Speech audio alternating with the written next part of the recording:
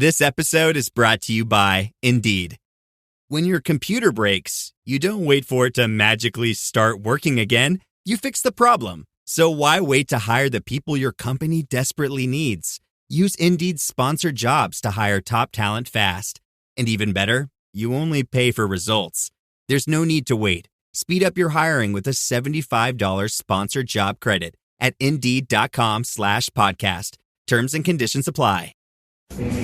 We've seen the rise and fall. A couple having sex inside of one of New York's most sacred shrines. Sources say it was a radio stunt. And rise again of radio's most notorious shock jock. They were doing what they were paid to do.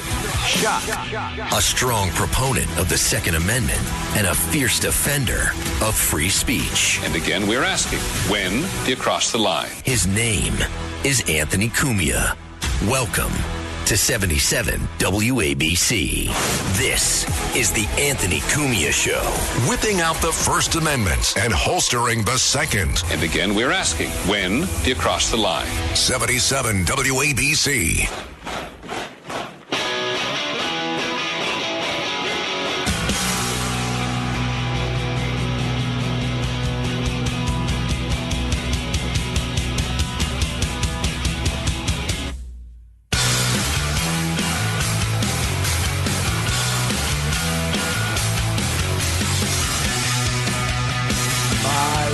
God, you've got to be kidding me.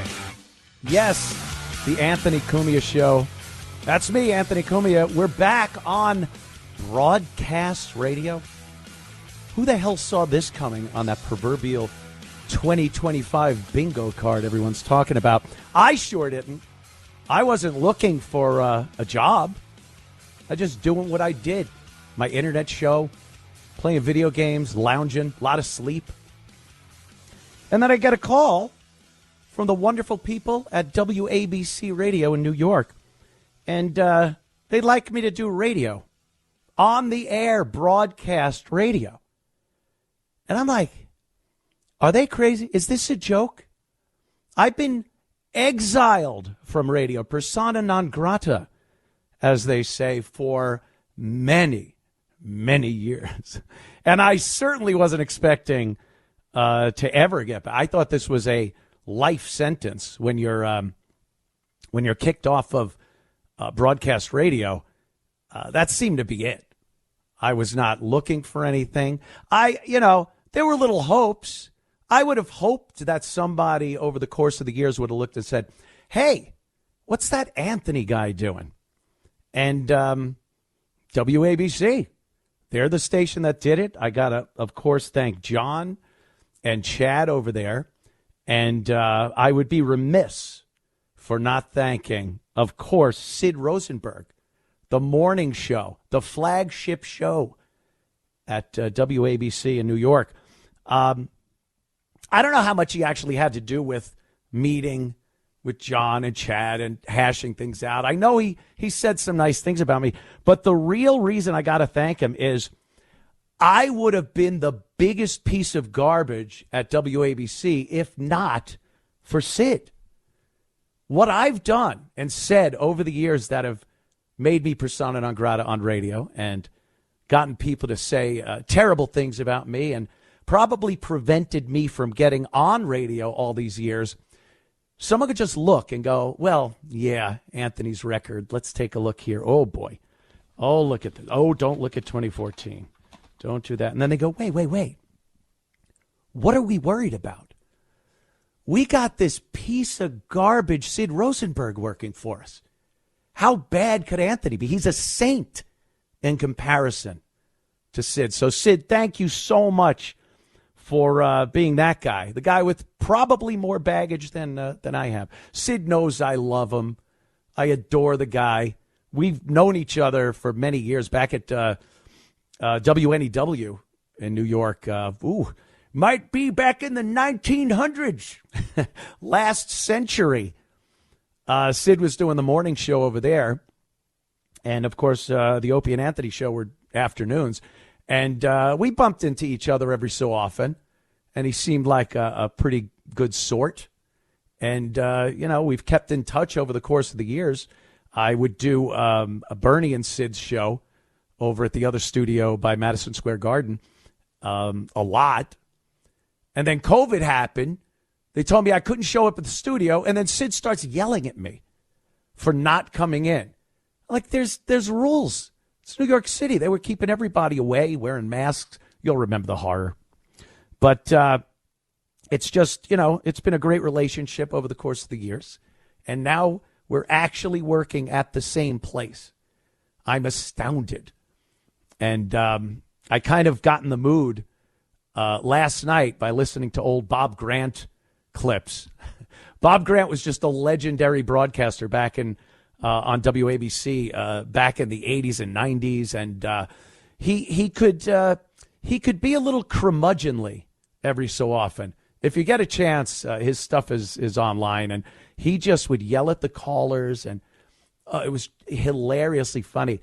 Get off my phone, you skunk.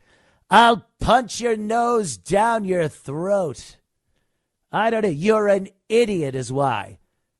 It was some of the greatest radio I've ever heard. I was a huge fan of Bob, and I would listen to Bob on WABC many, many years ago. And again, I was working for a living. I was a construction worker until I was about 35 years old. So I would listen to radio guys like Bob Grant to be, God, how the hell do you do that? And the thought was like, I had no clue about radio or how to even start it. When you're working pretty much hand to mouth, the money you make, it doesn't leave time for school or even, the Columbia School of Broadcasting. It didn't leave any time for any of that. So you just work and time goes by and you have these dreams and aspirations. And, for the most part, without that element of luck, they never really come to fruition. And it's sad for a lot of people. I consider myself unbelievably lucky for how I got into the radio business many years ago on Opie's show on WBAB out on Long Island, New York. I'm a Long Island guy. And then we moved on to Boston, WAAF, and then New York, WNEW. And we were, let me try to explain to some of the kids in the audience what we were. We were a creature that was known as the shock jock. I'm not kidding. That was an actual thing, children. Gather round, and I'll tell you a story about the shock jock. This was a real job in radio a few years ago. And what it took was for the shock jock to be the worst possible human being you could find. Just irritating, obnoxious.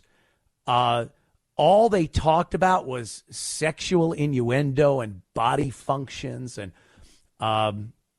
sexual innuendo, racial jokes, misogynistic jokes. It was supposed to be, here comes the name, shocking. So this job as a shock jock was given to a few people over the course of the years. I guess Howard was considered a shock jock years ago, and Mancow, and there's so many around the country. And Opie and Anthony, we were shock jocks. And the really weird, bad part about being a shock jock is you're not liked. The GM and the PD at the station, the higher ups, they love what you're doing if you're getting them ratings. It's awesome. And you just want to sit there and push the limit further and further, step over the line, And the only real line there was at the time was the Federal Communications Commission, the FCC. They look over broadcast radio. And in hindsight, right now, the FCC seems like something nostalgic and quaint, cute, to only have to worry about those dreaded 7 dirty words and getting a little too detailed with descriptions of bodily functions and sex acts. It was easy to adhere to the rules. And if you went over the rules, you had a team of corporate lawyers that would meet with the FCC and fight the battle for you. You never knew it. You never knew what was going on. They told you, hey, you said this. You're like, I don't even remember. So in time, that changed. The shock jock was vulnerable because, and I'll tell you why, people started getting a voice and radio stations started getting bought up by big companies. Yeah. So the old radio station where the owner could sit you down and go, hey, you're being a jerk here. Let's do something to remedy the problem you caused. Once a bunch of companies bought the stations, it was all about, they're interfering with our detergent and diaper sales because they said something about the gay community or women or something. So it got more difficult to defend yourself, and the higher-ups would never defend you. And the reason I really liked going to ABC and talking to everybody there is it's one of those kind of old-school radio stations where there's a genuine owner, and there's the boss and the staff, and they're all happy to be there and working hard to win.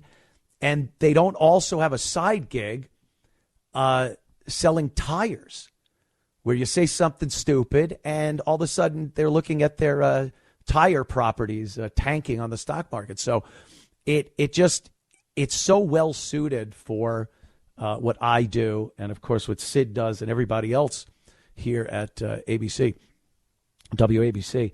So even in podcasting, which I went into after my last firing from Sirius XM satellite radio,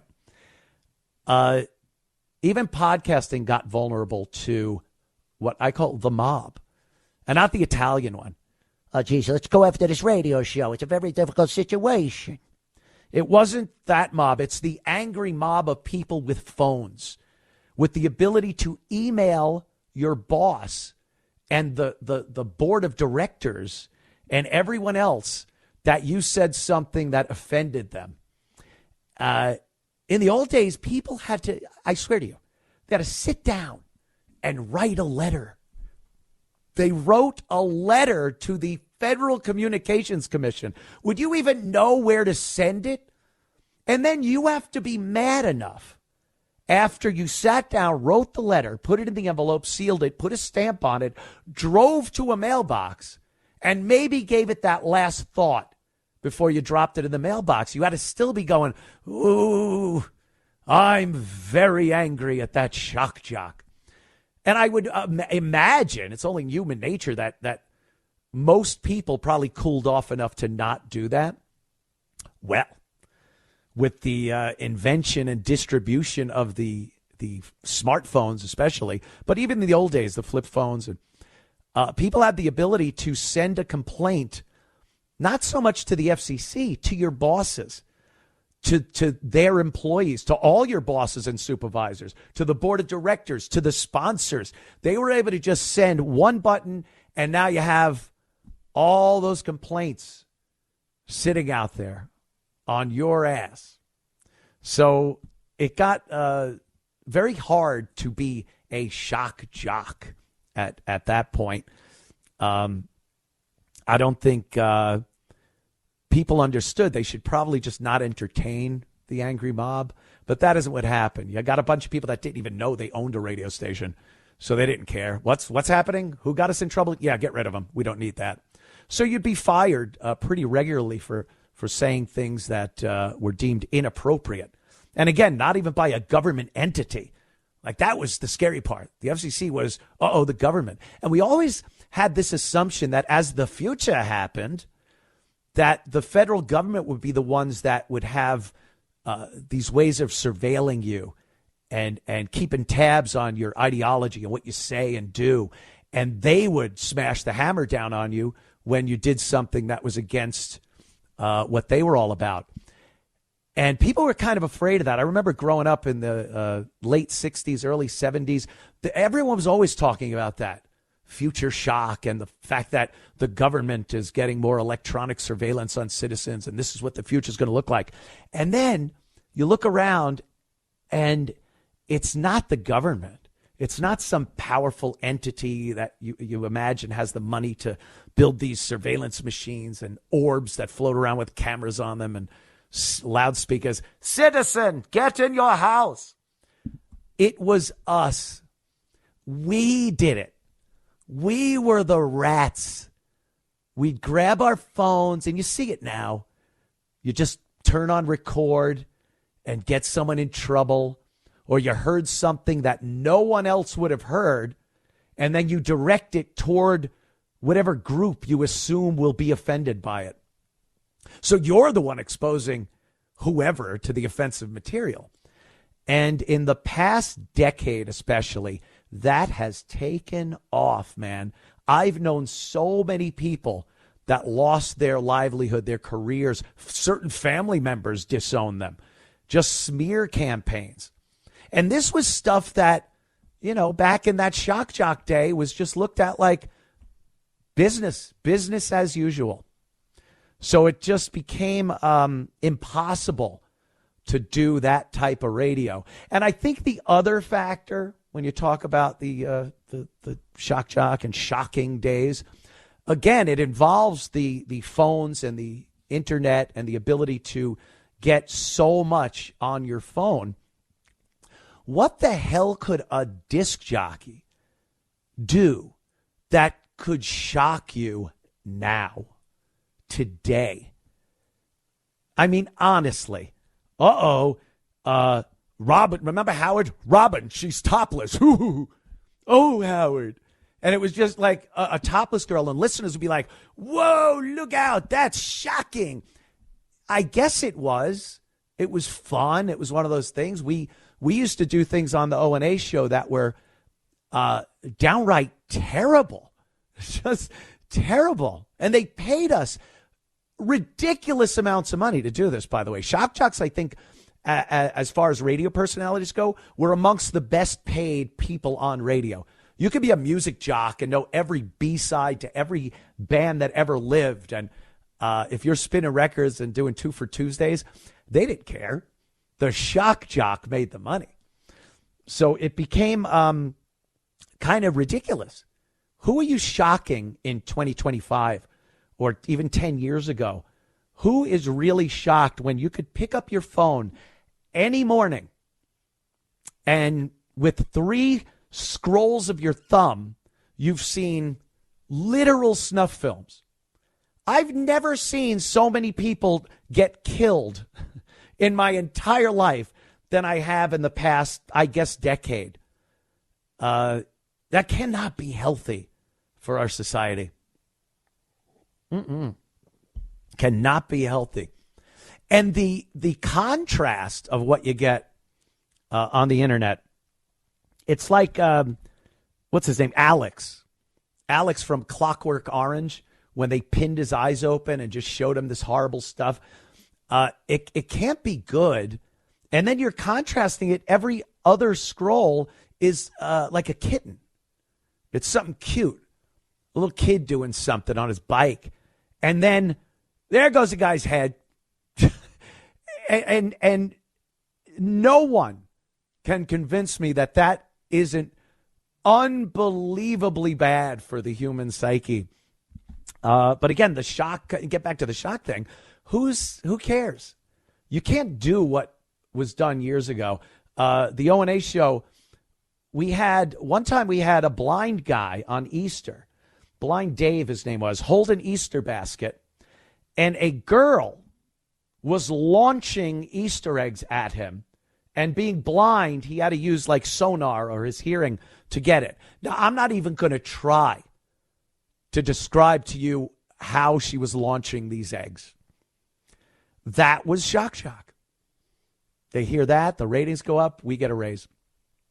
There was another time, remember when cell phones had lost signals and you'd go inside and you'd lose your phone call? We were wondering if a cell phone could get a signal in the same place that she was launching eggs from. So we did it. And we called the cell phone and we heard a muffled. It was disgusting, terrible. And we got the pats on the back and the handshakes, and that was awesome. And like that was the shock jock back in the day. And again, you were just loathed by everyone in the business. especially the music jocks. They hated you. But like that's what happened. I think those two things, the mob rules of people that just want to get other people in trouble and report them for being offensive, the rats, and the internet just becoming something where it's horrifying. It's just some of the worst stuff you'll ever see. So what's really shocking anymore? It's very quaint, as I say. Stuff we used to think was, oh my God, that's crazy. Now it's cute. It's just adorable, and it's not all that shocking anymore. So, and another thing is these like podcasts. Everyone has a podcast now. So I think people believe if they have a podcast, they're doing radio. And it's really a different world. Broadcast radio is something different. I always had an affinity for it. I wanted to do it. I enjoy doing podcasts and things like that. But there was just something about broadcast radio. And even in 2025, when I was approached by WABC here, I didn't even think twice. I'm like, yeah, I want to do this. I enjoy doing this. And that's a pretty important part of, I guess, doing anything that you're going to do with your life is liking doing it. I thank God and fate and luck and anything else. I did very well with the Opie and Anthony show. I count my blessings all the time that I don't really worry about material matters, money and whatnot. So when I was offered this, thank God, because, they really didn't crank open the wallet here at WABC. I heard Sid's making all the cash. I have to literally go to Sid to float a loan from him, which is a real departure from the usual.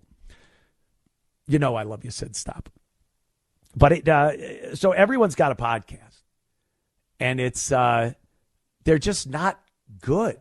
It's gotten to the point where too many people are doing what they believe is broadcasting. And most of it is this odd sitting in front of a camera begging for money. And then you look at the chat, and the chat goes, you're awesome or you suck, and here's $5. And you go, thanks. And then you don't really do anything. You just read this super chat thing where people send you money. You'd be very hard pressed to tell me this isn't digital panhandling, that you're not just sitting, because you're not really performing. I don't know what most of these, some people are very talented on podcasts. I don't want to make everybody sound like they're terrible, but the sheer number of podcasts would lead you to believe that most of them aren't very good. Some people have a good thing going. They got viewers and people, and they make money. But most of the people have no idea what it is to communicate with people, to sit down in front of a mic and now a camera, like all these things are video, and try to be interesting or compelling or anything. It's like a panhandler. You're just sitting on the sidewalk. You got a little sign maybe that says something, but you're not dancing. You're not singing. You're not giving the people anything except you're begging for money. And that's what I see a hell of a lot of podcasts are these days. So it's you get a podcast in a box. Years ago, and I'm not saying I invented it. Hoo-hoo, Robin. I invented podcasting, Robin. I'm not saying I invented it. But very early on in the whole thing, I did have a video aspect to it, and it was in my basement, and I liked the idea of being able to do a video show. And most people that were doing podcasts at that time, you had to kind of know what you were doing. Now, I swear, you could go to Best Buy and get Box O Podcast. Just one box, you take it home. It's got the microphone, the camera, and the monitor. You'll be broadcasting your own podcast in no time. And that's what it's turned into. Too many people have a podcast. It's the rebirth of the 15 minutes of fame that Andy Warhol talked about way back when, that everybody will be famous for at least 15 minutes. And this is the new version of that, because it's so easy to get on, and most of these people are broadcasting to three people. I don't know who they are. They probably got lost in the internet somewhere, but most of them aren't very good, and it's not radio. And again, to kind of sum it up, this is radio. I've wanted to do this now for so many years. I considered my exile a life sentence, and I'm really, really happy to be back at WABC Radio, New York City. I couldn't be happier. I thank everyone that worked to get me on this station, and I'm looking forward to a long, fun, illustrious career here at WABC. We're going to take a quick break. We'll be back and talk about some things that are happening. Don't go anywhere. It's the Anthony Cumia Show. It's the Anthony Cumia Show. 77 WABC. More rewards, more savings. With American Express Business Gold, earn up to $395 back in annual statement credits on eligible purchases at select shipping, food delivery, and retail subscription merchants. Enjoy the benefits of membership with the Amex Business Gold Card. Terms apply. Learn more at americanexpress.com/business-gold. Amex Business Gold Card. Built for business by American Express.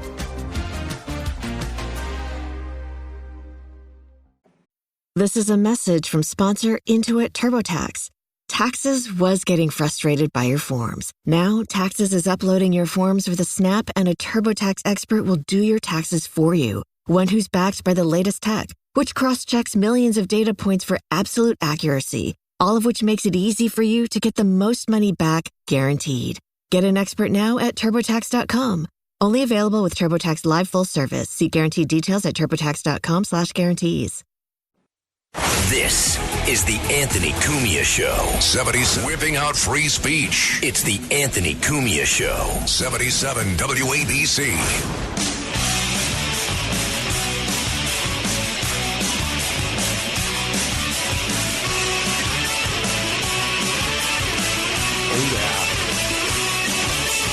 Welcome back. A nice little break. For 11 years doing podcasts, I never was able to take even a breather. It was a solid couple of hours of yapping. Couldn't even get up and use the restroom, as they say. But now, see, I get a little breather. It's nice. Welcome back. The Anthony Cumia Show right here on WABC. The entertainment business, and I was kind of touching on that with the first break about what's been going on in radio and podcasting, but even mainstream media, the television, TV shows, movies. I'm honest with, I don't know one TV show that's on network television right now. And I'm pretty savvy with this stuff. I'm not somebody that's like, by gum, they've passed me by with that idiot Fox. I've never gotten to that point of age. I haven't aged out of television. I've maybe intellectually passed by television. It all seems like such drivel, this PC nonsense. And I even hate using PC because it's so dated, a dated term, but I don't know what else to say. Everything's got to please everybody. All these shows have to have every type of person, sexually, racially, everything.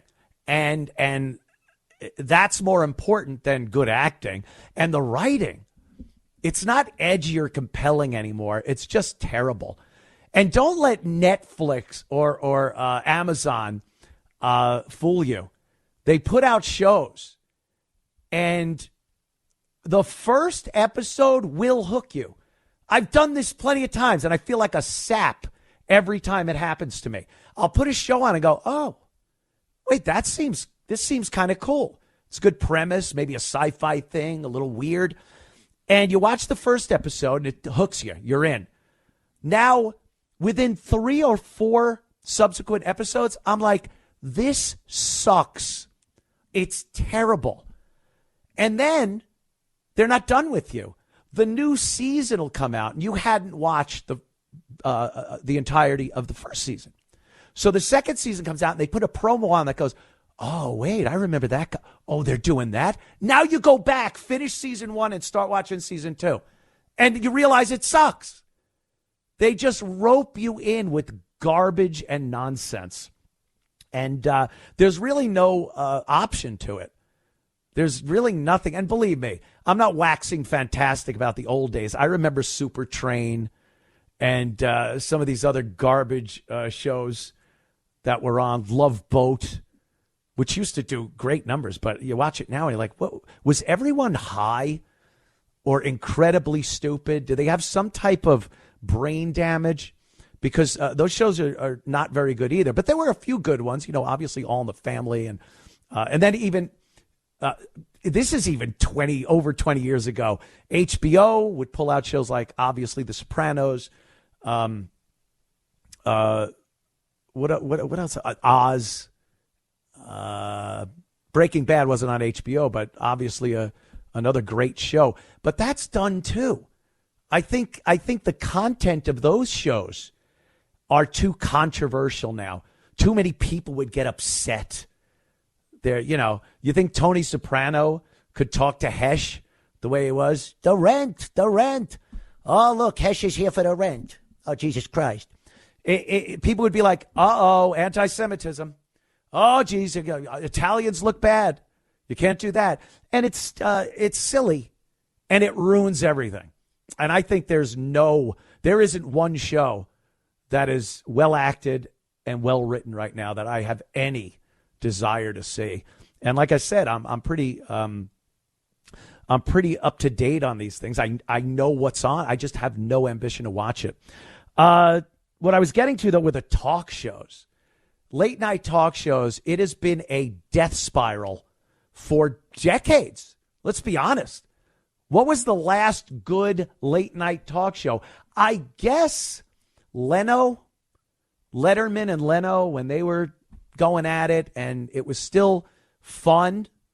And Jay would make fun of every politician as long as it was funny. There was no agenda to it. And then these late night talk shows like, Kimmel, of course, and Jimmy Fallon and Seth Meyers, and they just all of a sudden became propaganda. And you can't even call it anything else. They're owned by the big networks. The networks, obviously, if you've been asleep for the past 10 years, you would still know that mainstream media, and especially the big 3 networks, have just been a propaganda machine for the left. They tried their damnedest to get rid of Trump. And, in some cases, quite literally get rid of Trump. We all saw it. The onion layers had been peeled back. Donald Trump, I think, is responsible for some of that. He called them out when every other politician would just lay back and be quiet and not say, hey, I think you're lying. I don't think that's the truth at all. And we're all seeing it now. And it's proof. There's proof. There's something called ratings. No one is watching. Any poll that comes out says that mainstream media, the big news broadcasts, are full of crap. They are lying to us. They have zero faith in them. And I think that's what we're seeing. And when you look at a late night talk show, years ago, you expected entertainment. That's it.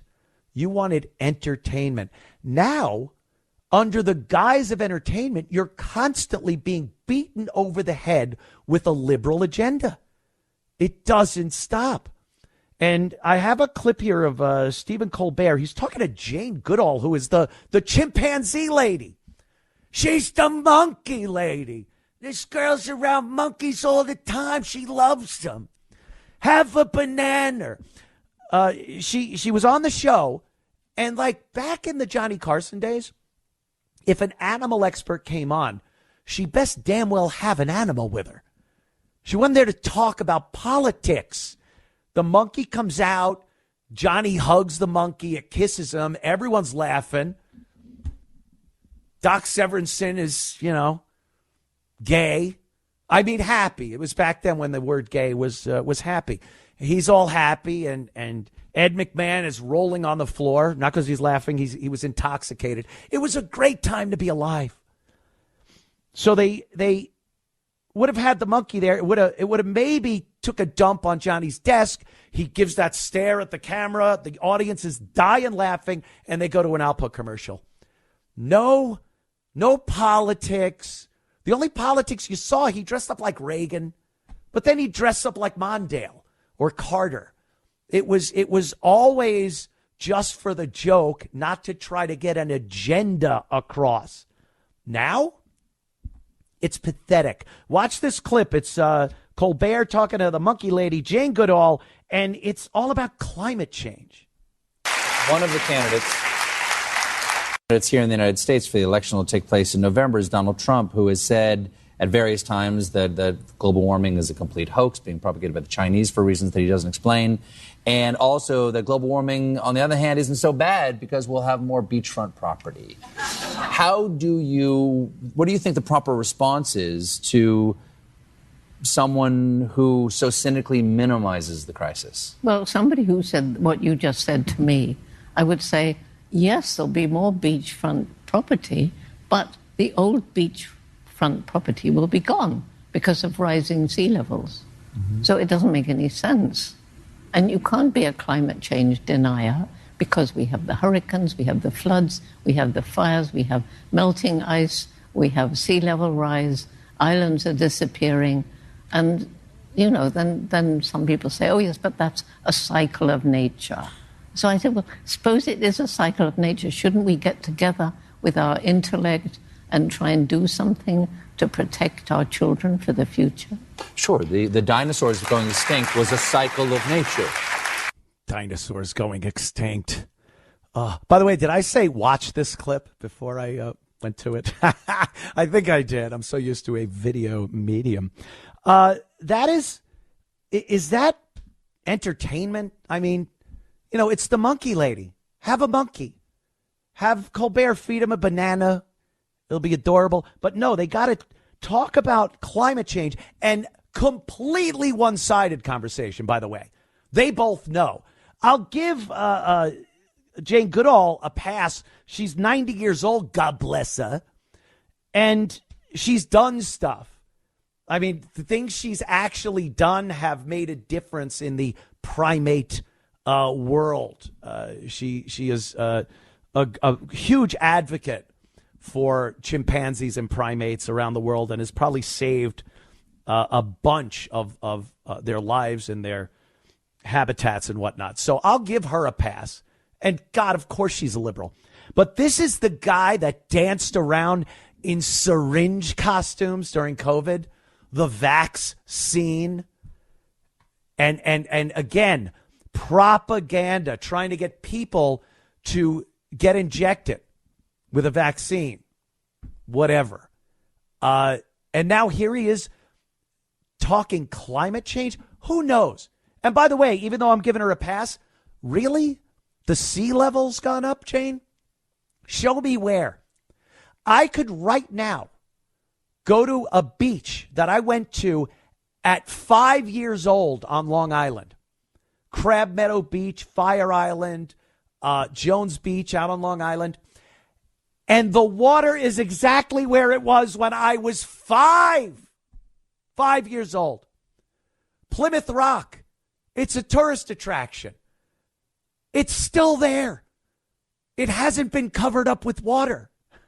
How? Islands disappear? What island? A volcano blowing an island up, I could see that. But I don't think any island has been covered with water unless it's a tsunami and then it recedes anyway. But they're talking like the water levels are going up, and I see no proof of that. I see proof to the contrary about that. That, you have all these resorts, these beachfront resorts that have been there forever, and they're not underwater. And they're always such alarmists, the climate change people. You see these posters sometimes or videos, and they come up with these AI videos of what it's going to look like when, it finally happens. The thing they've been talking about for 60 years finally happens. It's been happening, it'll happen every 5 years. That's what they said. And then they just skip. By 1985, we will be underwater. 1985 comes. 1990 is going to be a wet one, people. Like, when does it stop? And then you see these videos, and I've seen these. Manhattan, right? You got a street, Manhattan, 57th Street. And it's flooded like halfway up these 30-story buildings. And there's an underwater shot of a taxi cab floating underwater, very eerie looking. That's like, how fast? I haven't seen the water come up an inch. How fast does the water come up where the cabbie didn't I must drive away? He got caught in the climate change flood that maybe in 10,000 years will come up an inch, maybe. But he got caught. Oh, no, he got stuck. So it's all horse crap. It's just garbage. And they push it and push it because that's what they do. There's no entertainment value to what these talk shows are doing. Even the celebrities, aren't we done with celebrities? I think this is something fairly new. They were looked at for so long as, the people that sparkled. You saw a celebrity in person, and they didn't look like regular people. They shined. They were like, that's the person. It's an amazing phenomenon with celebrities. And it was like that forever. The 30s, the 40s. Clark Gable coming into the premiere. And that was how we lived our lives, with this adoration of Hollywood. Well, they started opening their mouths. No one wanted to hear it. And I bring up the old talk shows, Letterman and Carson and things like that. And, they'd sit down and talk about their new movie and maybe reminisce about an older movie.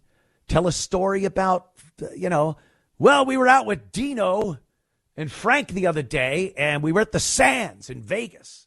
And this girl comes, and they were fascinatingly fun stories, and you lived vicariously through these people. They were amazing. And then they had a friggin' opinion, and no one wanted to hear it. And worse yet, they started believing in their opinions and themselves. And with that same self-righteousness that they probably had but never exposed to the general public, that started coming out. Hey, let me tell you what you should be doing with your money. Let me tell you where to live and who to live with, and how you should feel about certain sexuality or circumstances. Or they just come out and they want to tell you how to live your life. And they're blithering idiots. Unless they're telling some kind of an entertaining story about Sammy in Vegas or so, you don't want to hear it. You don't want to hear what they're thinking. For the most part, they're empty vessels. Most actors are just morons. They have nothing in their head, because I truly believe that when a writer writes a character, they could dump it in that empty vessel that's an actor's head. And then the director dumps where you're supposed to stand and move and move your head and arms. They don't have the ability to do that in a regular human setting. So when they go on these talk shows, which, by the way, are propaganda machines, they're supposed to toe that company line. And they do it, but it's so insincere and it's so pompous. And we don't care. We don't want to hear it. And you think back, I think the ratings for award shows are a great barometer of how sick and tired of their garbage we are. The Oscars, the Emmys, the Grammys, the ratings are nowhere near what they used to be when we had an adoration for these celebrities. And you see them now and you're like, I don't care. I just don't care about these people. They lost it. The glitter is long gone, people. And, I don't think it could ever come back. We're just not taken. We're not taken by them anymore. So I don't know. There isn't one celebrity I could think of that I've heard their opinions on world events that I go, yeah, not even that I agree with it or disagree with it. They just sound like idiots. They sound like blithering idiots talking to you. And then you get the real hardcore ones like De Niro. Talk about destroying your legacy. If anyone would have told me that I would despise Robert De Niro and think of him as mentally ill, mentally damaged, the tarred word, I'm not sure about some of the words I could use here, but I would go, come on, you're out of your mind. Really? Taxi Driver? Really? King of Comedy? Casino? Goodfellas? All these movies, that's his legacy. I'd certainly throw away a Rocky and Bullwinkle and never even talk about it because he has these great movies. And what does he go and do? Opens his stupid mouth. We never heard from De Niro, by the way. Some of his biggest movies came out. I don't remember ever seeing him on a talk show. Sitting there, Johnny, this is a great movie. I play a mobster again. I don't remember hearing him talk about anything. I don't remember him on these shows. And then Donald J. Trump. The escalator ride down the Trump Tower. And so many of these celebrities that had an impenetrable barrier of admiration were just naked because they lost their effing minds over Donald Trump. When De Niro starts talking about how he'll take him out back and beat him up. This is a guy in his 70s, and he's talking about beating up at the time another guy in his 70s. And De Niro, like tough guy, he played a few tough guys in movies that were pretty convincing. Goodfellas, he's stomping Billy Bat's head with Pesci. Yeah, I get that. I still don't think he could have actually done it. I think he was wearing shoe lifts that were about 4 inches high. He's not a tall man. And then you hear him talk. He's an idiot. He starts talking about beating up Donald Trump. And then you see him in The Irishman. And they try to recreate a scene where he's stomping someone a la Goodfellas. It is the saddest thing you'll ever see. It looked like a child with muscular dystrophy trying to shake dog crap off his sneaker. That was exactly what his hands are flailing and his fingers are all goofy and convulsing. He made this face that did not look tough. It looked like he needs assistance. Hold his tongue down with a spoon. I think he's having a convulsion. So, there are these people that had these reputations and this legacy, this film legacy. And now you see them. Look, I'm still going to watch Goodfellas. I'm still going to watch Casino. But you look and go, oh, this idiot, this jerk. All right, we're going to take another quick break, and then we'll be right back with some more stuff. So come on right back. Don't go anywhere. Anthony Cumia Show. It's the Anthony Cumia Show. 77 WABC. It's the Anthony Cumia Show. 77 WABC.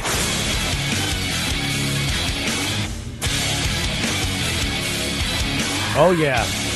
Look who's back on broadcast radio. Some brave people at WABC. Or, well, I'm not going to say it. Brave. That's what they are. Very brave. And I thank them so much. We can actually go to the phones. Let's talk to, I know who this is. This is my good friend Chris Baldessano from Long Island. Chris, what's up, my friend?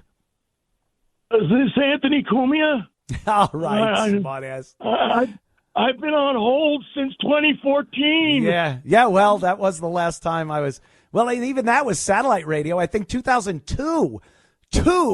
Was actually the last time I was on broadcast over-the-air radio on WNEW. So it's been probably 23 years since I had show on broadcast radio. Crazy, right? What's up, Chris? How you doing, man? Let me be the first to welcome you back to broadcast radio. We are all so proud. I've known you for many years. And, thank you, man. And I know this is something that you've excelled at, and we can't be happier to have you back. Welcome. You brought back AM radio. We're all listening to AM radio I right know, now. It's crazy, right?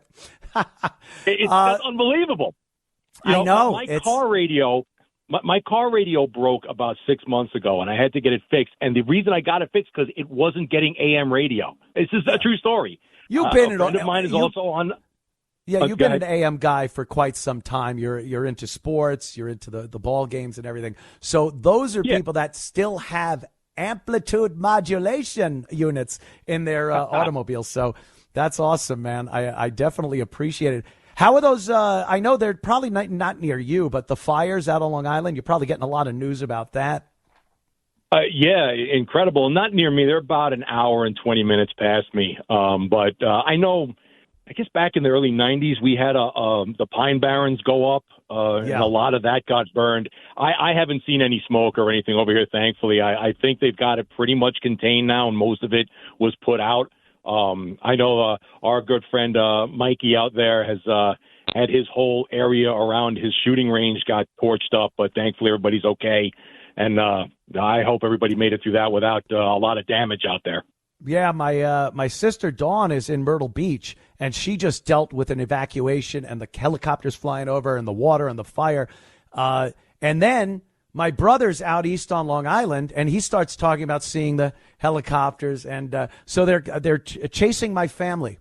It's a conspiracy. I know it. Unbelievable. It's just like you were talking about. It's the climate change. Climate change, that's what they say. It's so stupid. We're having fires and hurricanes. She called a hurricane. Go back to your monkeys. She says hurricane. And meanwhile, there have been much worse hurricanes and tornadoes and flooding. And they want to make it sound like it's never happened before. Yet it's just part of the planet. It's how this planet lives and breathes. And like Carlin said, we are merely the fleas on the back of a dog when it comes to Mother Earth. We are. It's circular. It all comes around. Everything. Look, things are going to burn. It's going to, take time. It comes back, and then years it'll burn again. It just happens. More room for more vegetation, and it's. That's the way things go, man. Chris, I'm going to let you go. I'm going to, they're telling us you have to go. I'll see you probably later on PGA 2K25. We'll play a little golf later online. You got it, man. Good luck and welcome aboard. Thank you, buddy. Take it easy, man. Yeah, Chris is like he'll be the representative of everyone that wanted to call to say, Anthony, man, it's so cool to have you back. Thank you. And I do appreciate the hell out of it. You guys have been so awesome about this, and I definitely appreciate it. I have a tragic story. I know we're supposed to not really keep things light. I mean, how light is the world these days? But there's something here that begs the question. Tesla, the Cybertruck, was involved in a drunk driver high-speed accident that took the lives of some youngsters. The driver, 19, Soren Dixon. Soren Dixon! Yeah, is Soren Dixon? Soren Dixon! Soren Dixon had a blood alcohol level of 0.19. That's over twice the legal limit when he lost control, slammed into a retaining wall, and turned the truck into an inferno. Couple of passengers died. They said miraculously one guy lived. And despite the flames, firefighters said the Cybertruck's massive lithium-ion battery did not ignite, because that's I mean, that's the big thing that people are worried about when these cars have some really high energy accidents, is that battery's going to go up, and those things just don't go out. The fire departments need insane firefighting equipment and chemicals to even try to put that out. You put water on it, it gets worse. It's crazy. Science. So I wouldn't just say that if I wasn't thinking something here. Don't these trucks and Teslas drive themselves? Don't they have autopilot? And not like cruise control, like the old days. You know, I put on my cruise control and I crawled in the back. These are self-driving cars. They're autonomous. They have automatic navigation. You could put in your address from whatever gin mill he was obviously at, or a party, and that thing will drive you home. And it will do a much better job than somebody with an 0.195% blood alcohol level, I would assume. Now, there is a problem if you get pulled over, which I think, boy, legally, I don't know what happens with this. I haven't heard many stories about it, but I'm certain if you're the owner, operator, you're supposed to be behind the wheel, even if it's driving automatically, and you're drunk, you will get a DWI. If you get pulled over and the cop gives you a breath test or a field sobriety test and you don't pass, you are getting a DWI. But that isn't even it. Like, take the chance that you might get a DWI. And what the hell is the Tesla going to do except drive impeccably home using directionals, doing the speed limit, stopping at every stop sign to a complete stop? So I don't even know what a cop would pull you over for. But if you're drunk to that level, let the thing drive you home so you don't kill yourself and other people. That seems like the solution there. And I wonder if any other cars, people in Teslas that had been drunk, have been pulled over, and if their lawyers have tried to litigate that, hey, this guy wasn't driving. You know, there's a responsibility you have in the vehicle to monitor autonomous driving. But, you know, are you really responsible for the what this vehicle's doing when you're drunk and you're not controlling the car? Interesting. Yes, I will go to a break, and then we will come back for the second powerful hour of the Anthony Cumia Show. Stay tuned. This is the Anthony Cumia Show. 77 WABC. It's the Anthony Cumia Show. They were doing what they were paid to do. Shock. 77 WABC.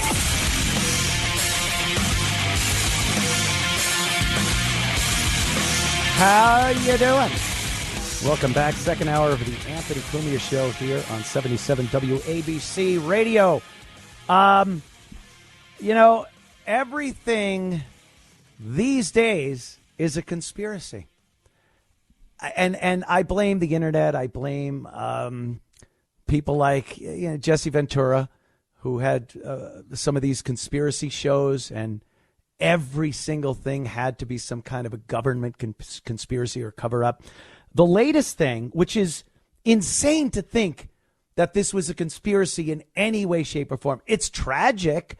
It's weird that it happened this way. And I had my theories. And then when I heard what actually happened, it was even weirder and more tragic. But the death of Gene Hackman and his wife, his longtime wife, Gene was 95 years old. I mean, this guy gave us just amazing performances in so many movies. I watched Mississippi Burning the other night, and the entire cast is fantastic, but Gene Hackman is great.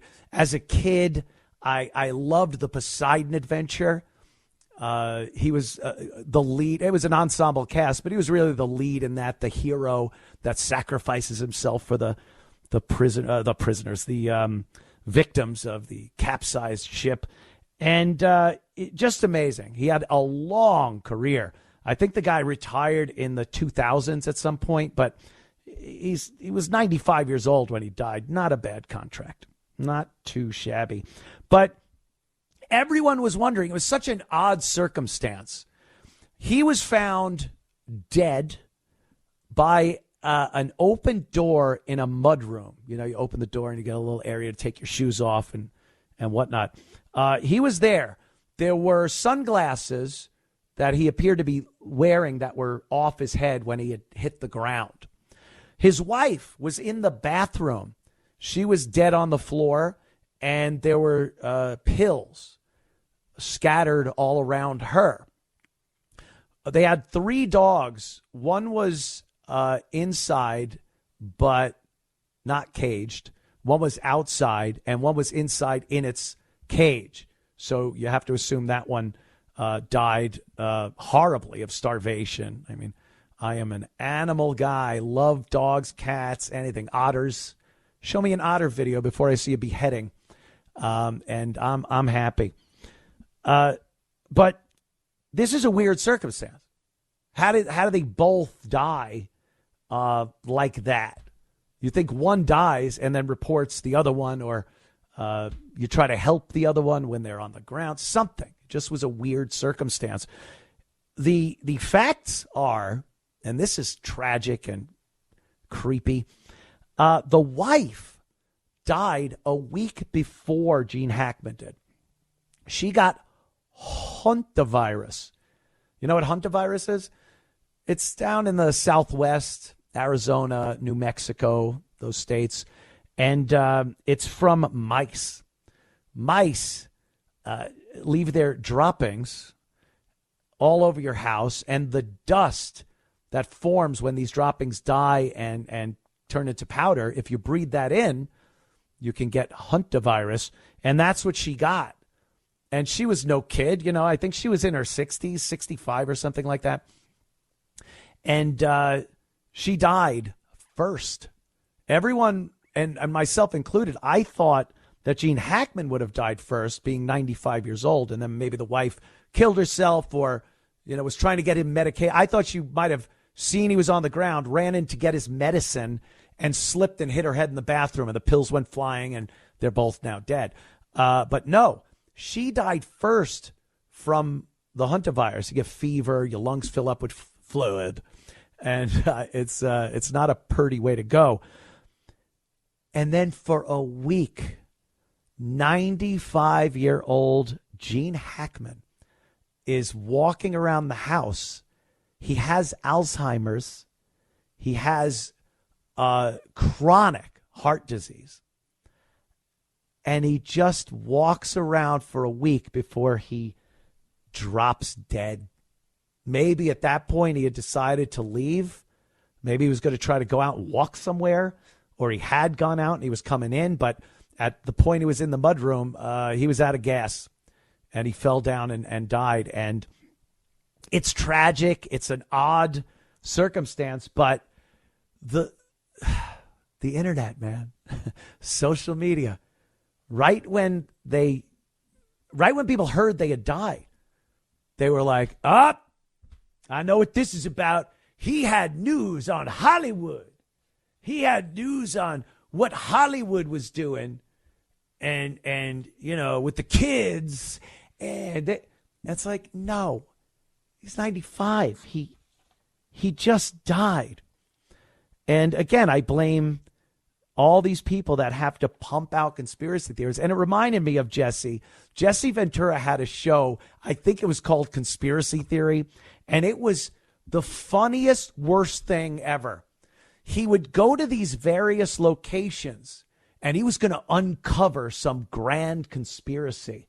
And they were some secret locations, you know, like Area 51, of course. And I kind of blame him because you could see him trying to convince people that this was a problem. 95 years old. I understand he was in The French Connection. Yeah, Jesse, he was in that. Not the movie. He was part of a drug ring in France, Paris, France. I'm going there to investigate. I'm a fighter. Really? Really, Jesse? I was a governor. We get it, Jesse. I went to Plum Island on my boat. They wouldn't let me in. I said, I'm a governor. Yeah. It's an island with highly contagious diseases. Well, if that's what you think, follow the money. What does that mean? Well, I don't have to tell you. I've been off the grid in Mexico for 6 months. What does that mean? Well, if you have to ask. This is what conspiracy theory people are. Exactly like that. No answers at all. All catchphrases and nonsense. And then there's no payoff. There was never a payoff. I showed up at Area 51. This is supposedly where the aliens were kept after the crash in Roswell. What did you see, Jesse? Nothing. Security kicked me out. But it proves they're hiding something. Yeah. New weapon systems. They don't want the likes of a former wrestler. I was a fighter, a governor, a Navy SEAL. Now you're a blithering idiot who isn't getting into any of these places, Jesse. Not a one. But this is the definition of these ridiculous conspiracy theorists. They have nothing, never have anything, and they want to convince you. They absolutely want to convince you that there is a problem. He was 95. His wife was very old. She had hantavirus, and he wandered around till he dropped dead. It was the Illuminati. No, it wasn't the Illuminati. He was 95 and died, Jesse. Something else real quick before we go to break here is spring break. Spring break. Every year, the youngsters, they run from their colleges to resort towns in the South and maybe in Mexico, in the Gulf of America. And they have a great time. They have a great time doing terrible things that they will regret for their entire lives, especially you ladies. A story came out about spring break Airbnbs. Now, I don't like Airbnbs anyway. I don't like things like bed and breakfasts or Airbnbs. I don't want to stay at someone's house. Put me in a Hilton. Put me in whatever, Renaissance Hotel. I'll even stay at one of those stupid boutique hotels sometimes. But it's got to have a bar, and it's got to have, I could throw my clothes and towels everywhere, and someone's going to come pick them up. I don't have to feel like I'm the bad guy when the woman that owns the place and's cooking you. She got to come up and pick up your underwear off the floor. I will take that washcloth. I don't like telling people some of my personal business, but in a hotel, I will take that washcloth and scrub in some terrible areas. Terrible. You don't even want to think about it.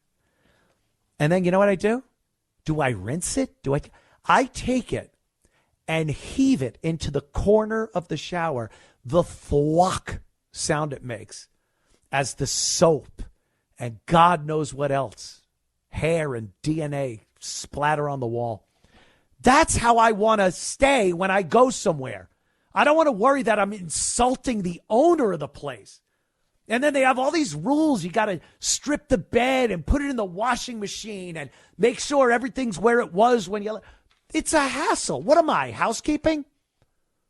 I don't want to do it. I stay in hotels.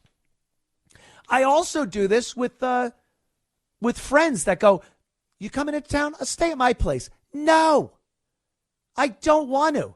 And it ain't just me being a slob. I don't want your garbage. I don't want to go into a shower and see one of my buddies' pubes on the bathtub spout.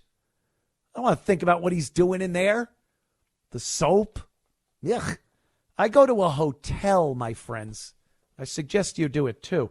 But these spring breakers, will-o'-the-wisp. They're young. They're inexperienced. And they just want to, have some loose sex and drink and that. They're not thinking about the problems and the dangers of the Airbnbs during spring break. The hot tubs are the problem. And I'm sure everything else is, the beds and everything. But all of these places, especially for spring break, have hot tubs, jacuzzis, if you will.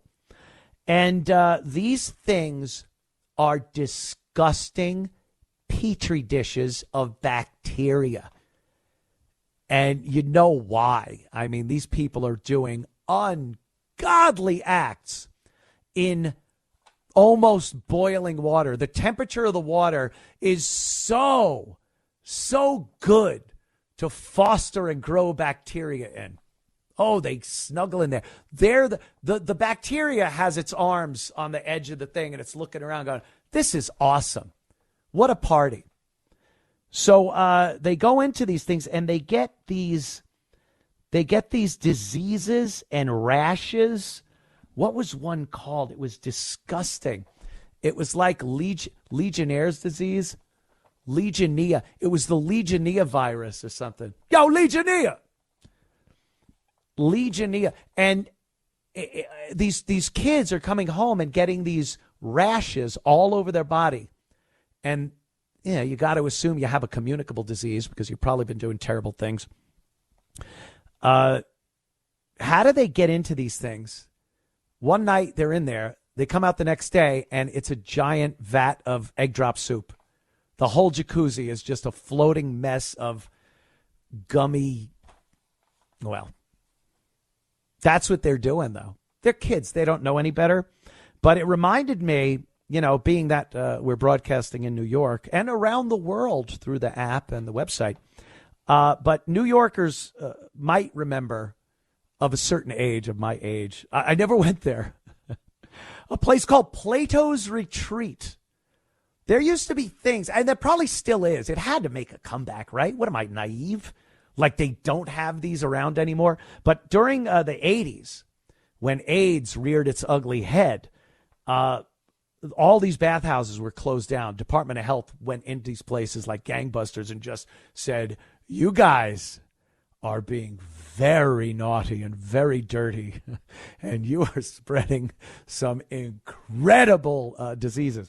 So in the 70s and 80s, it was popular for men to meet at these places like Plato's Retreat.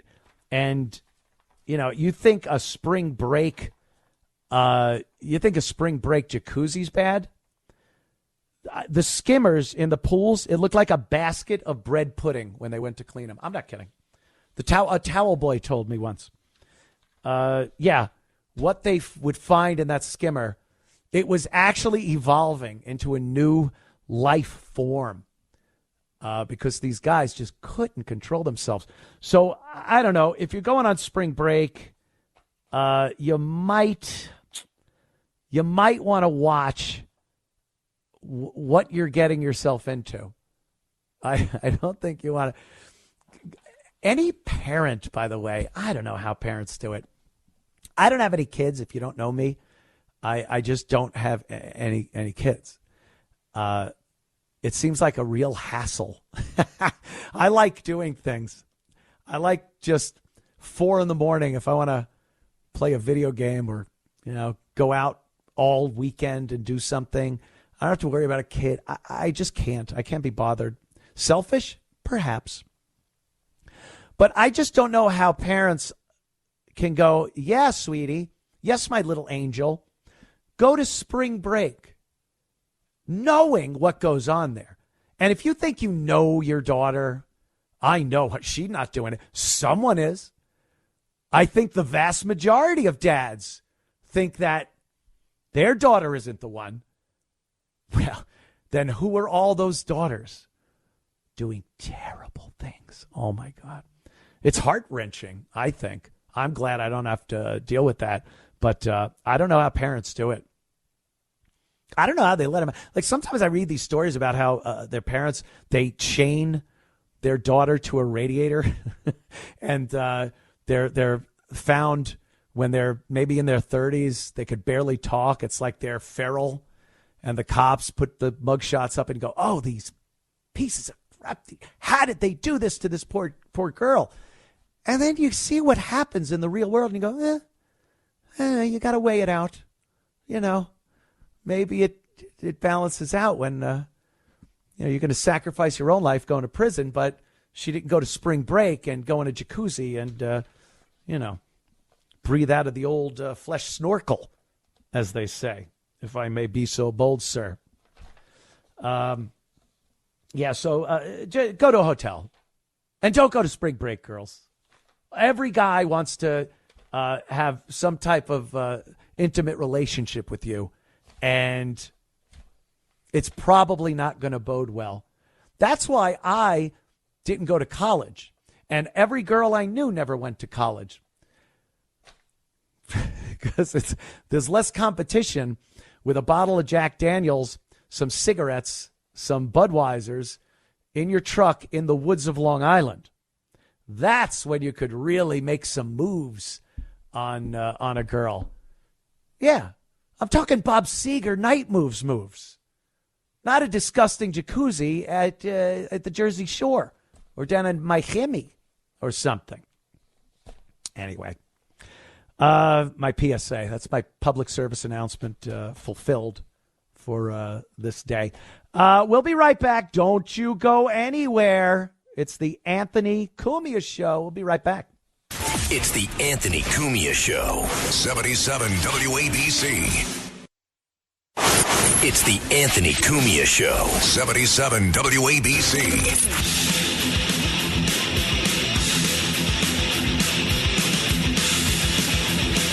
We are back at the Anthony Cumia Show right here on 77 WABC. And I guess we could delve into a little politics or whatever the hell is going on in the world of Washington and all those, useless people. I am loving what Elon's doing. I love the Doge thing.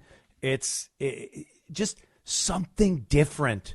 We needed something different. That 4-year stint of Biden-Harris was a catastrophe, and it was just lies, unbelievable propaganda and dishonesty. Any reporter worth their bones saying that Joe Biden was cognizant, and we've heard all the things. He's sharp as a tack. The White House interns can't even keep up with him. All garbage, all absolute lies. That was perpetuated by their spokespeople and the mass media, the lying propaganda wing of the left mainstream news media. And they haven't stopped. It's like the Democrats had one play. They just have one picture, football teams, two of them, Democrats, Republicans, or Trump, not even Republican, Trump and the Democrats and the liberal left. And they have one play. And after 2, maybe even 3 times, you go, oh, they do this every time. They don't have a plan B for anything. So all they do, they saw how damaged they were during the election, even the lead up. Did anyone actually believe Kamala Harris had any chance of winning? I was afraid because I thought they'd steal it again. But anyone that looked and said in a legitimate, on the up and up election, Kamala Harris has a good chance of winning was an idiot. You're just a complete dope. It wasn't going to happen. But the media lied. The excitement behind Kamala Harris, she is a juggernaut. Look at her. You're like, I'm not saying this.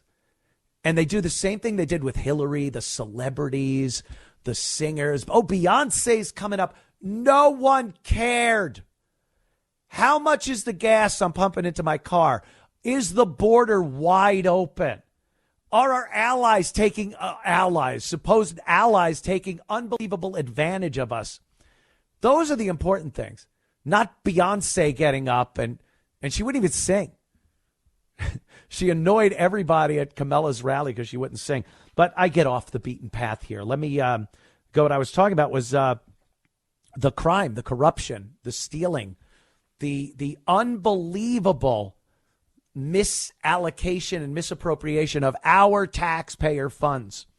And Trump brought up a great example. He brought up quite a few examples at the joint congressional address he did last week. One that he brought up specifically was this $2 million scam involving Democrat Stacey Abrams out of Georgia. She was in charge of $2 billion. Her and another, in an organization that she was part of. But the Biden administration, right before checking out and Trump checking in, gave her and this organization $2 billion with a B dollars. And the plan is ludicrous for this money. It's an insanely big number. I mean, I don't know if people know billion, but if you have a pile of $1 million, it's 1,000 of those piles. You'd crap yourself if you saw one pile and it's $1 million. You go, wow, that's a lot of money. Now 1,000 piles in your yard. You're just looking at, that's 1 billion. There's 2 of those. That's a lot of money.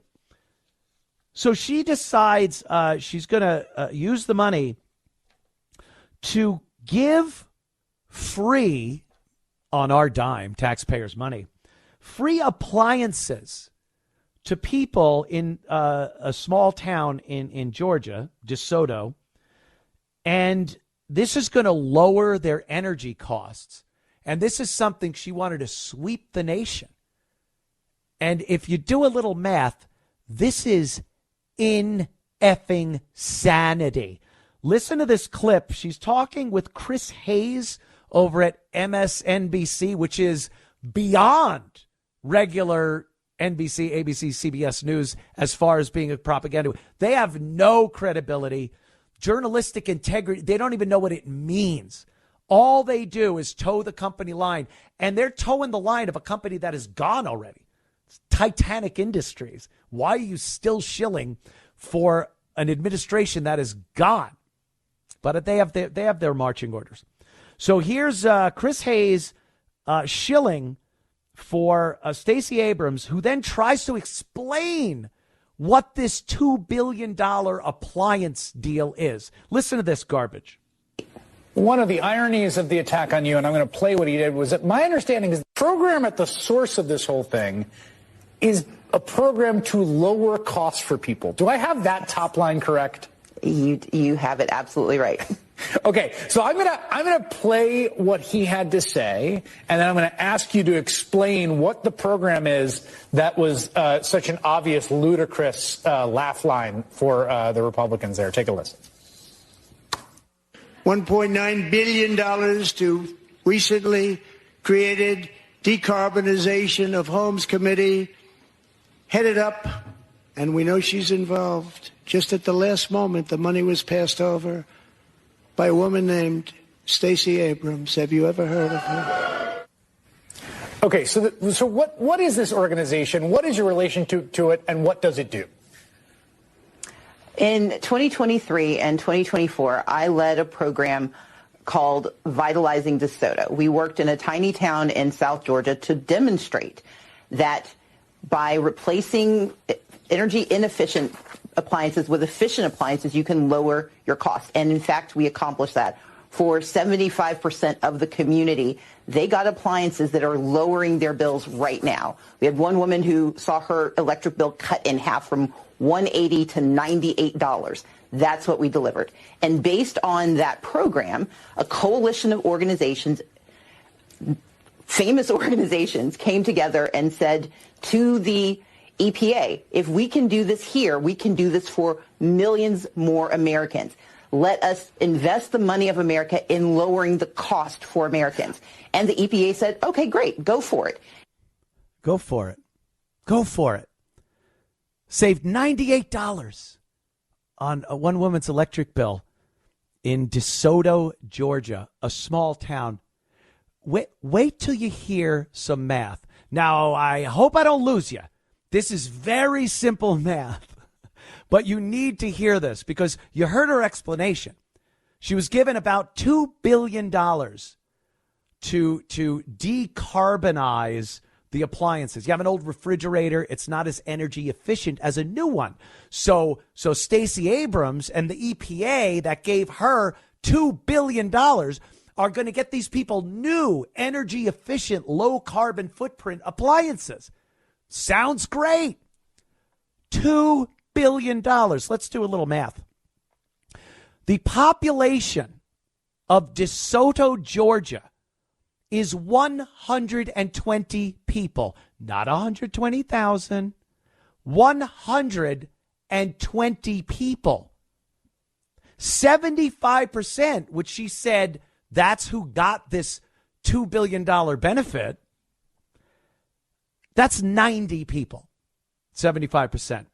If you divide $2 billion between 90 people, it's $22 million per person. That's a lot of stoves. That's a lot of microwaves, a lot of refrigerators. How the hell can this idiot, this criminal, justify $2 billion for 90 people, getting them new appliances? You could buy them all palatial mansions in the Hamptons for that money. You're right next door to Howard. Hoo-hoo, Robin.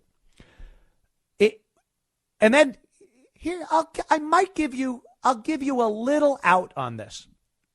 Maybe there's some left over. Maybe they didn't spend the entire $2 billion on appliances for the 90 people in DeSoto, Georgia. All right. Then where is it? Where is the rest of this money? There's no receipts. There's no accountability. And no one's told anyone where this $2 billion is. And you want to tell me that they're on the up and up? And these are the same people, by the way, that are crapping themselves over Elon and Doge looking into this stuff. It's been business as usual for decades and decades. No one's ever looked into this stuff. No one has looked at it. The first people that ever took a peek, Donald Trump, Elon Musk, Doge, are seeing corruption and misallocation of funds at a galactic level. And we're supposed to just not like that they're doing it? They'll get on the news, Stacey Abrams and Elizabeth Warren and Maxine Waters, and all of them will get on TV and look you right in the face through the camera and say, Trump and Elon are trying to steal your money to give it to the rich corporations in these tax cuts. Donald Trump and Elon Musk are trying to steal your information.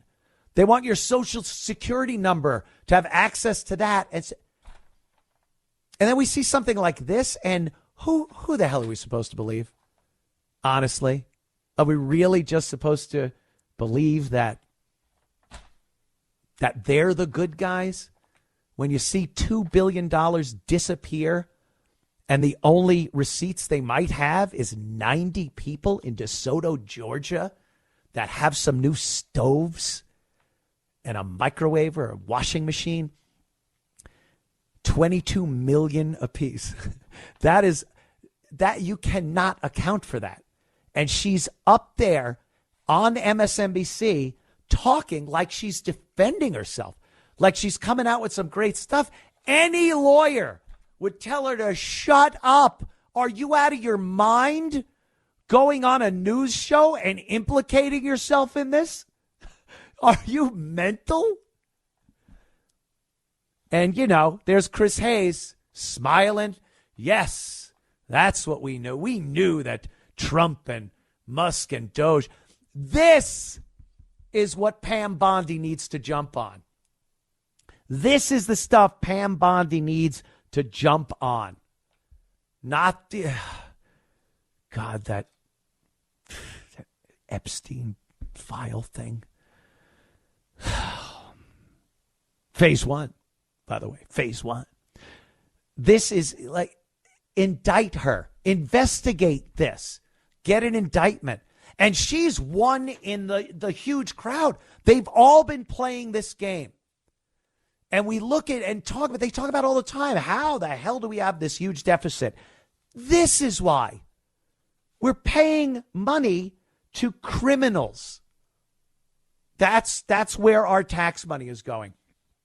So I would love to see something come of this. We see congressional hearings. We see these politicians, they get censured or they get chastised or whatever the hell other slap on the wrist punishment they give these politicians. But how do you defend this one? You better come up with $1,999,990,000, because I think the rest can maybe retrofit some appliances for 90 people. But unbelievable.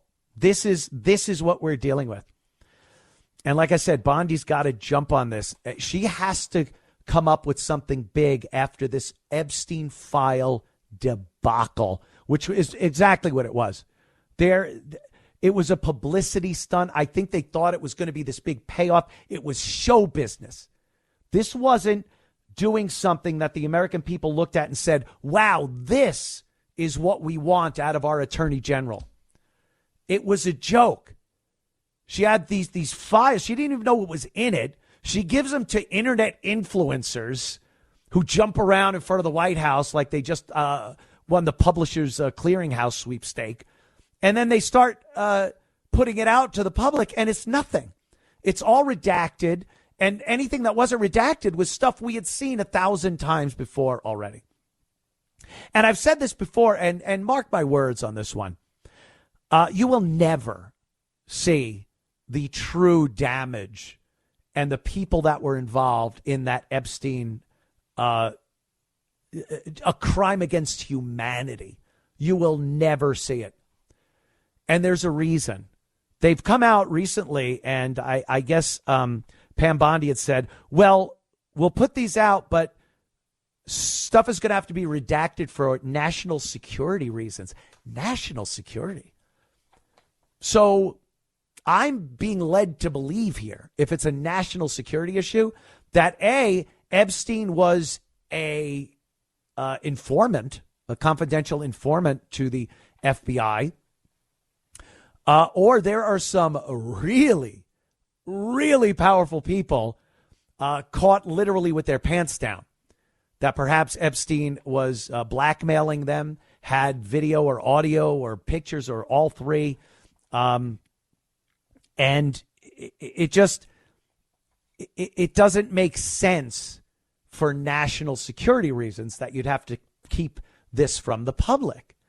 They've even had that for years with the Kennedy assassination. Well, there are still people alive. Who? Are they 110? Well, there's still, techniques that were used that are, shut up, whatever. But that was so long ago, and it involved the president. And you look at something like this and go, what could possibly be a national security issue with Epstein? And then I was thinking about it. It's no one thing. It's the whole thing. If some of the people involved in this, or most of the people involved in this, were unbelievably powerful people in this country, Hollywood, Washington, how could you put a list out there with people that are still in unbelievable positions of power? Could you imagine? Like, you're not going to see this perp walk. It's like, ladies and gentlemen, let's look. Oh my God, it's Steven Spielberg. He's being let out in an orange jumpsuit and chains around his ankles. Steven, what were you arrested for? Oh my goodness, look who's coming out next. It's Tom Hanks. Tom, you look great. What's your next motion picture? And can you do it from prison? Here's Lady Gaga, covered in child's blood. This is wonderful, Lady Gaga. You're never, ever going to see this. We'd love to. People should be held accountable. But do you think people in that position of power are going to be arrested, and not even because they don't want to get them in trouble or because they're powerful. They are so influential and have their roots dug in to this country and have so much to do with the economy of this country. Because really, what's keeping me from believing that every single powerful director, producer, and actors in Hollywood have something to do with pedophilia and trafficking and all the horrors we've heard over the course of the years? Imagine Hollywood shutting down because everyone that does anything of note is arrested. It couldn't happen. It's an industry that is so crucial to America, it becomes a national security issue. And now when you bring politicians into it, politicians that are still serving, they're still senators, they're congressmen, governors, mayor, whatever, at such a level that it would absolutely gut the government. That's a national security issue. You try explaining what else could possibly be a national security issue where they have to redact these papers, then it would be such an impact on everything. Morale. Never mind just economically, morale. Oh, we got nothing. They were all pieces of garbage. Yeah, I think that kind of, kind of looks bad and it kind of screw the country up. And that might be why they're making it a national security issue. But that's why it tanked. And that's why Pam Bondi looked bad. Go for something with real substance. Don't go for this, internet meme viral thing. Oh, look, we got some Epstein files that implicate who? The guy, the fat guy from Head of the Class that was smelling girls' feet at Nickelodeon? His name escapes me at this moment. But, yeah, that guy, you're going to throw him to the wolves? Someone will get thrown under the bus, but it's not your huge names that you see 20 feet across on IMAX screens. None of those names, my friends. So Pam Bondi's got to get on the ball and look at some of these politicians that are multi-millionaires on a $225,000, $250,000 a year paycheck from their service. Don't you love hearing that one? Whenever one of these politicians drop dead, it's so funny to hear the eulogies and the statements from other politicians. The sacrifice of service that he gave to this country. It's just so amazing that somebody cared so much to, yeah? How much was he worth? Oh, $200 million. What a service he did for the country. All criminals. Nancy Pelosi, Maxine Waters, again, another. There's a whole bunch of them that are just stinking filthy rich, and no one even knows how. And we have to argue and debate that maybe they shouldn't be able to buy stocks and commodities. These people that know everything that's going on in every business in the country, every new regulation that might help or hurt a company, and they're allowed to buy stock in those companies. And then Nancy Pelosi makes deals with stock deals for NVIDIA and other companies that about a year ago or so just went through the roof. Oh, did she know what the chip makers were going to do and how advantageous that was going to be to NVIDIA? Yeah, she did. And that should be looked into. Pam Bondi's got to get on that and make sure we convict, we indict and convict these people. Yeah, I want to see some of these very popular faces go to jail, and not in some sham trial like they put on for Trump. That was just trying to destroy and imprison and in some cases murder the opposition candidate. These are real criminals that committed real crimes against the American people. And Bondi's got to jump on that. Let's try to do something now that will make us forget about the Epstein file phase 1 debacle. We'll be right back in a minute. Don't go anywhere. Anthony Cumia Show. This is the Anthony Cumia Show. 77 WABC. Oh, yeah. Anthony Cumia Show. Thank you so much to everybody who's tuning in tonight. I do appreciate it. It's been quite some time since I've been on the terrestrial radio airwaves, and it's great.